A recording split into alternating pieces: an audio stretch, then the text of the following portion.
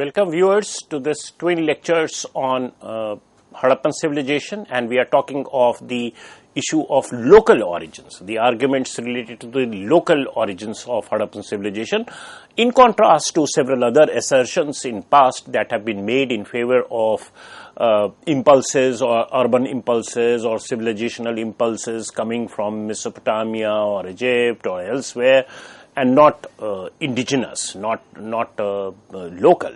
So these two lectures, the one preceding this and this one, is more about the issues related to the local origins of Harappan civilization. What are the assertions that we already have?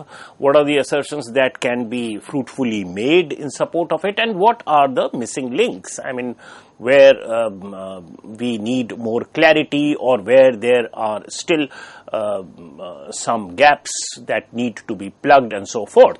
So in the previous lecture, we spoke of the site of Mehergarh, from where we have the earliest instance of Neolithic life in existence in the Indian subcontinent, right from 7000 BC onwards, unhindered, unbroken stratigraphic sequence taking us up to 4th millennium BCE at the site, and simultaneously by this time, by say 5000 or 4000 BCE, we have several other Neolithic cultures mushrooming in this area, which subsequently went on to produce by 2500 BCE what we know as the urban mature phase of Harappan civilization, characterized by urban centers, trade, commerce, written scripts, and so forth. In the previous lecture, we also discussed that it's rather too much to expect slow, incremental, almost automatic developments of a small Neolithic site into a bigger complex, as is witnessed through Mehergarh 1, 2, and 3, and to expect that this is how automatically it went on to become what we know as an urbanized Bronze Age civilization or Bronze Age civilizational complex. That would be a little brute to argue like this, because historically and even anthropologists will tell you that urban complexes don't appear like this. Urban complexes require some kind of a state-like political structure for them to emerge. So in the absence of the kind of command and control exercised by state system, it is not historically or anthropologically tenable to presume development of an urban complex.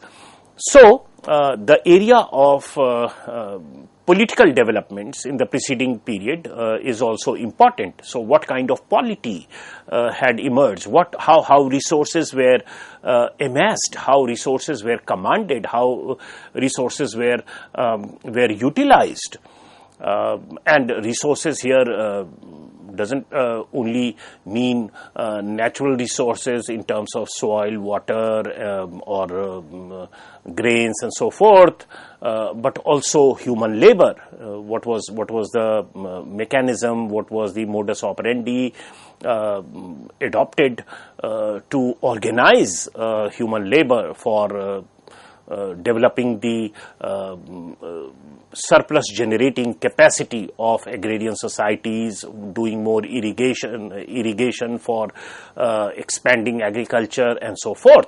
So those are the things that also we will talk about as part of this lecture. Now, as you can see on your slide, 3500 to 2600 BCE, technically that is referred to as the early Harappan period, not the entire period from 7000 onwards up to 3500 BC. So 3500 to 2600 BCE, in this area, what subsequently went on to become the Harappan area or Indus Valley area, we do have several evidence coming from different Neolithic and Chalcolithic communities in the vicinity. And it's important to understand that most of these settlements in this period are either in hills or in plains. Hills, I just told you in the previous lecture that to the east, to the west of Mehergarh, we have the broken terrain of Indo-Iranian Plateau, the Baluchistan area. So that kind of community living in such terrains are also there. So there are some settlements there, and then of course there are settlements in the Indus Plains.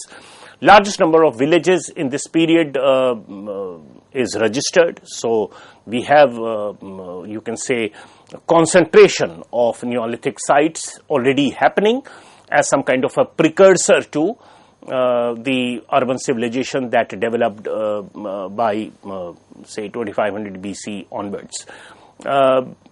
In this early Harappan period itself, copper had come to be used. So technically you can say that it's Chalcolithic community or maybe Neolithic community with a sporadic usage of copper. So mostly it is natural copper that is used, but there also are evidences where some kind of metallurgical operations related with copper is also evident. So copper is also put to fire, and some other kind of improvisations are also made, but that is to a limited extent. Wheel and plow is used already, anticipating what is to ultimately come as developed Harappan civilization premised on extensive agriculture. A range of potteries form the beginning of many regional traditions, so it's not a uniform kind of Neolithic culture that we are talking of. So there are several Neolithic cultures with very pronounced regional features. So some areas will have certain kind of symbols or fabric of potteries and so forth. And by the time we come to the mature phase of Harappan civilization, there is a layer of uniformity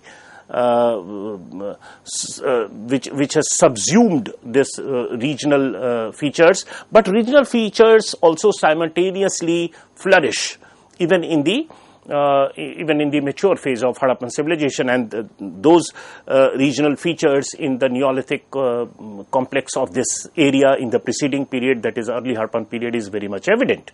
Granaries, defensive walls, long distance exchange, and since it is a Neolithic context, we are falling short of using the term trade for this, because that is very institutionalized, repeated, and of a different magnitude. But this long distance exchange in the early Harappan period can be on account of some cultural or customary concerns. Defensive walls obviously presume that there is some surplus generated, or there is some economic you can say differentiation happening. Some people have more resources that they want to defend against someone who can invade the area and loot it from there. So all these things that are characteristic feature of a civilization are very much evident. Granaries, of course, in the early Harappan period is not to the tune of, in terms of magnitude, it is not as big as what we discover in some of the Harappan cities in its mature phase. Nevertheless, it does point to the unmistakable evidence of surplus generations through agriculture. Emergence of uniformities in pottery tradition throughout the Indus Valley. So, as I said, that the streak of uniformity is also evident even in the early Harappan period. So, one does not have to wait till 2500 BC for this uniformity to be evident. In fact, the early Harappan Neolithic slash Chalcolithic societies do betray uniformities in pottery traditions as well, alongside regional features. Use of motifs, particularly that of people, humped bulls, cobras, horned deities, etc., that is so iconic for the Harappan civilization, for the mature Harappan civilization. They are all there already in Harappan, in pre-Harappan Neolithic. 2600 to 1800 BCE, as we just said, is the period belonging to the mature Harappan period, which is characterized by large cities, uniform brick size, weight, seals, potteries, planned townships, writing tradition, so scripts are there, long distance trade and so forth. And 1800 BCE onwards is late Harappan period, where the most of the urban features and scripts are gone, long distance trade is gone, but it's not a total extermination of Harappan life. People did continue to live in these sites, which earlier were Harappan sites. There is some continuity of Harappan crafts and pottery traditions, particularly in Gujarat and Punjab villages, even in the later period, that is post the mature Harappan period. But coming back to the pre-Harappan cultures, which is the central focus of today's discussion, Indo-Iranian borderlands is yet another area which needs to be minutely understood with reference to its role in triggering the change towards agrarian way of life in the plain areas of Indus. So, if we look at Indo-Iranian borderlands, which also has several Harappan sites, it's largely a hilly area contiguous with the Himalayas. But Indo-Iranian borderlands serves as a separation between what is Indo-Pak subcontinent and the earlier centers of civilization. So it's a divider as well as a bridge. So it geographically divides what is the Indian subcontinent, where Harappan civilization emerged, and it also served as a bridge between two contrasting geographical realities of a plateau area or Indo-Iranian borderland area, rugged mountainous area, and the plains of Indus. So there is a plethora of disparate tribal and some of them also resort to agricultural operations, so tribal cultures along the zone. So this area has a plethora of tribal cultures in this area, and it is as a consequence of periodic movement of these tribal communities into the plain area and doing some transactions with them, which could have led to this transformed way of life in Mehergarh. Another area that is important in terms of pre-Harappan settlements is Gandhar area, which is a frontier zone, but it had very little role to play till the end of Harappan civilization. We see more activities and evidence coming from Gandhar in the post-Harappan period or late Harappan period, not prior to it. So it's not of much importance with reference to the beginning or local origins of Harappan civilization. Balochistan upland is yet another area which is very important with reference to the origins of Harappan civilization. These are hill ranges. We have desert to the west and south of Balochistan upland, broken terrain, river valleys are also there. So we have patches of agriculture in this area. It lies on the fringes of monsoon and Mediterranean types of climate, which I earlier referred to as ecotone area. So what you get to see in this area is that if you move to the east of this area, it is the monsoon type of climate, and if you move to the west of this area, this is the terminal point of the Mediterranean type of climate. Monsoon type of climate gives you rain in summer months, Mediterranean type of climate gives you rain in winter months. So this area largely receives very less rainfall, which is almost semi-arid area. So on an average 10 to 25 centimeter per annum rainfall is there, but this rainfall comes partly from Mediterranean type of proximity of this area to Mediterranean type of climate, and also partly even in winter months some rain is received because it is close to, it is the you can say it is the eastern terminal of Mediterranean type of climate. So some bit of rains in winters also is received, but overall it is a semi-arid area. If you look at the southern eastern Afghanistan, there is a site by the name of Mundigak, which perhaps was a trading purpose site in Harappa, and this exhibits interesting sequence because it happens to be on a very important trade route. Now, why I'm telling you all these is because these realities or these specificities are woven into the narrative of building the thesis for local origins of Harappan civilization. Similarly, in Quetta Valley, which is southeast of Mundigak, we have sites like Dam Sadat, Rana Gundai. Very broadly speaking, in terms of cultures, if one has to take names of some early Harappan cultures in this area, which is prior to the mature phase of Harappan civilization.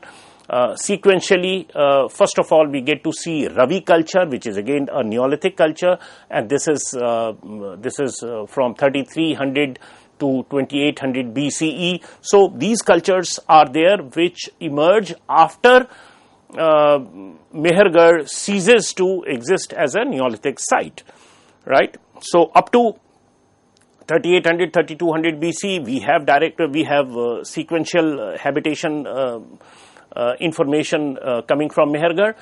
That site is abandoned, or we no more get evidence from upper layers, but in the vicinity there is Ravi culture, from where we start getting Neolithic evidence from 3300 to 2800 BCE.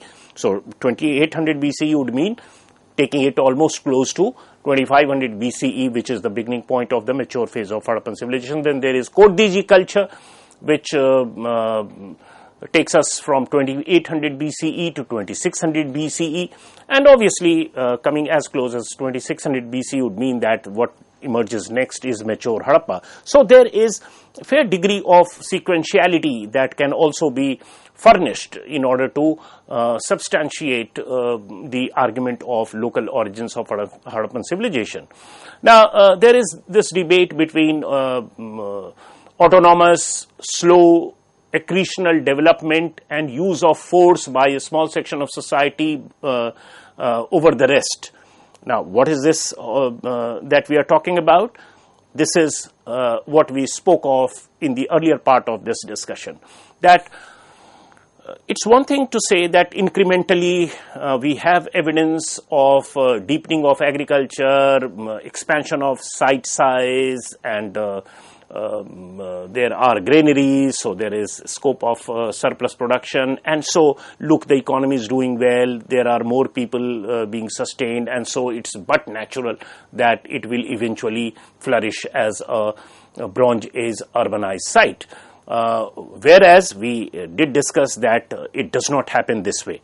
For something like Harappa to have emerged, this argument of autonomous, slow, accretional development will not suffice. One has to account for what led to emergence of some kind of a emergence of a political structure. It could be tribal chieftainship, which over a period of time got enough resources under its command to catapult itself as a state society, right? So where is that coming from?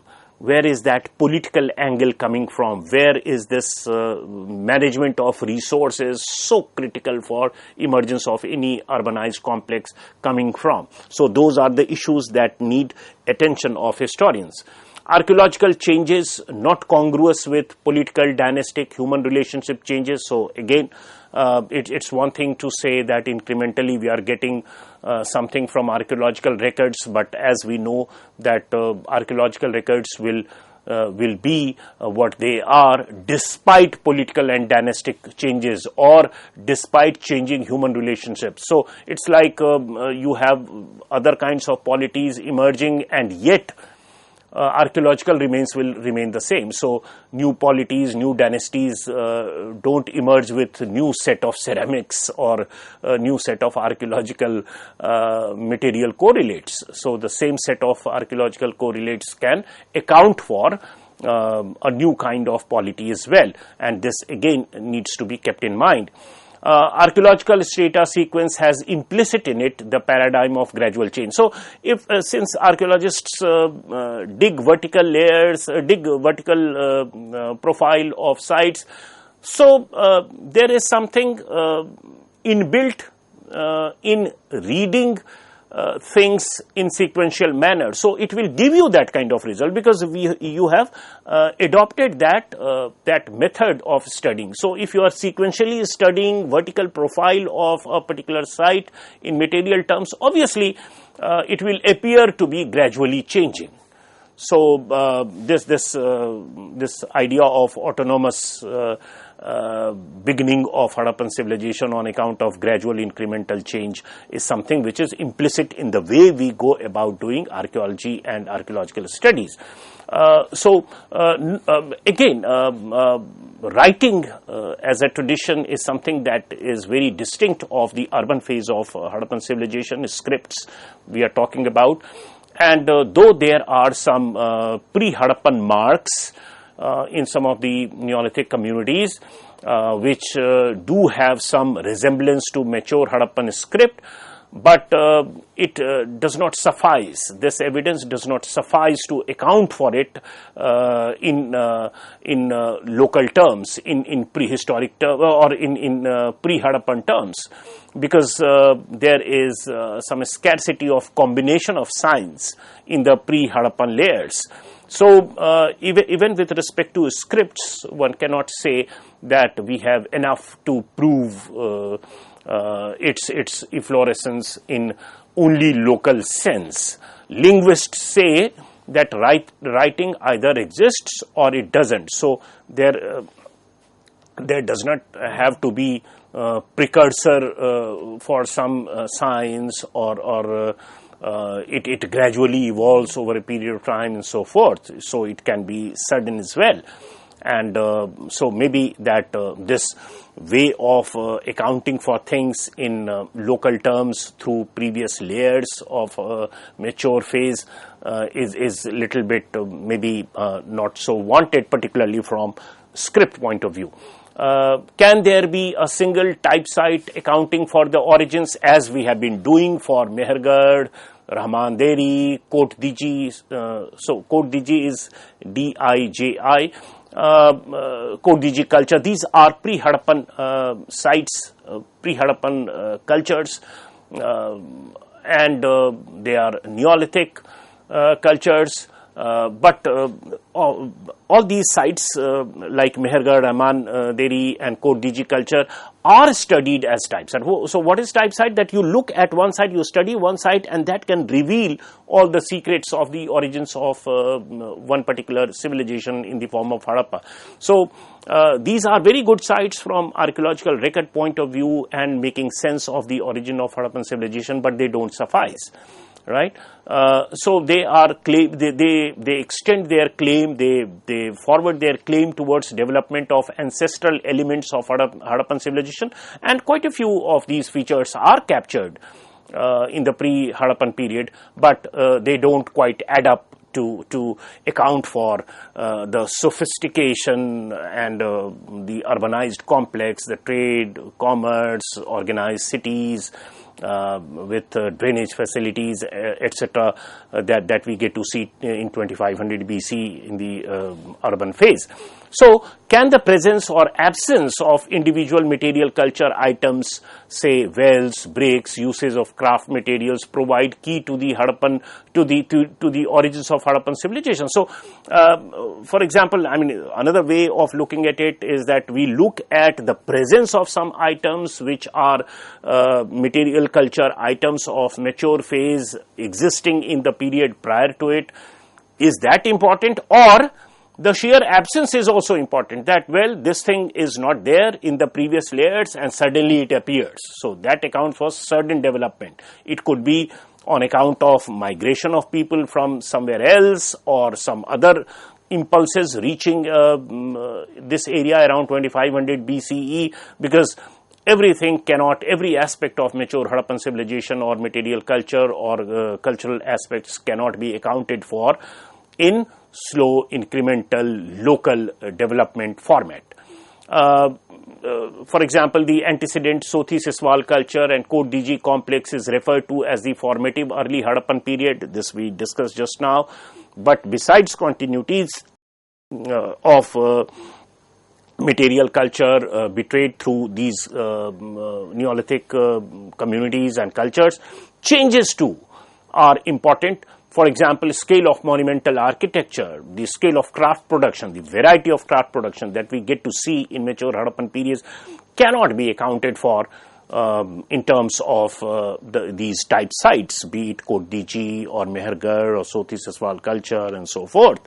So, there is something very intense happening, something very different happening around 2500 BC as well. Certainly, the subsistence pattern, the grains that were used, the staple diet that was there, the variety species of animals that were domesticated, some of the cultural symbols that were used in a mature period, quite a few of them are anticipated, but not all. And that's the point that we are trying to make here. So, how this establishment of technological foundations and intensified inter-regional interactions of the preceding period anticipate the phenomena of urbanism? This is the critical question that needs to be answered when we discuss the issue of the local origins of Harappan civilization. And as we meet next at some other point of time, we will try to draw from here, we will try to begin from here what attempts have been made by different historians and archaeologists to understand this, to make sense of this, to account for this. So, that is it for the day. Thank you.